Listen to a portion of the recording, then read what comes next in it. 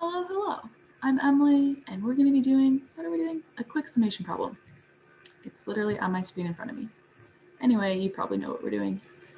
And the first step to this problem is to split up these addition signs, right? A summation symbol is a bunch of additions, so it doesn't matter what order we do them in. So we can split this up into many terms that will make me write many symbols, and I will try to do that neatly. Okay, I hope that's readable. I did forget one thing. The 3 that was attached to the k squared can come out front.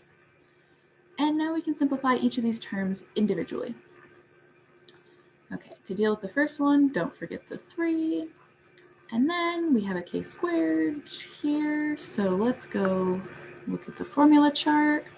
That looks kind of like this summation, which they give us a handy formula for. It's not quite exactly there. We have a different bound. We start at 0 and they start at 1, and we both go to n.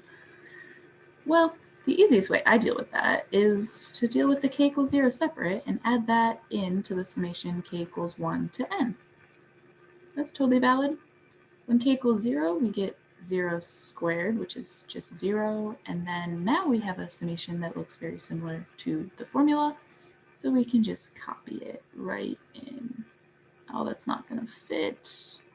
You know, pretend that looks nice. Done.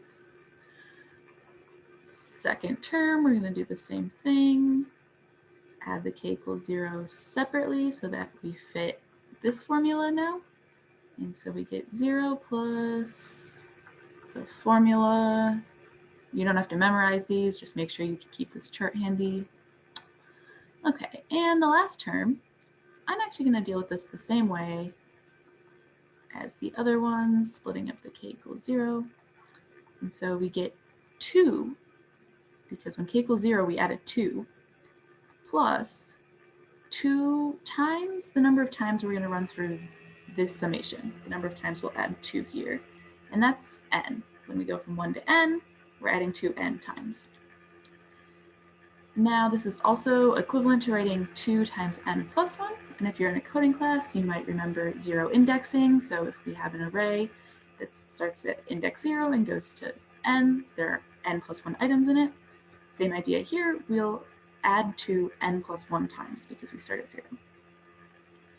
And this is our final answer.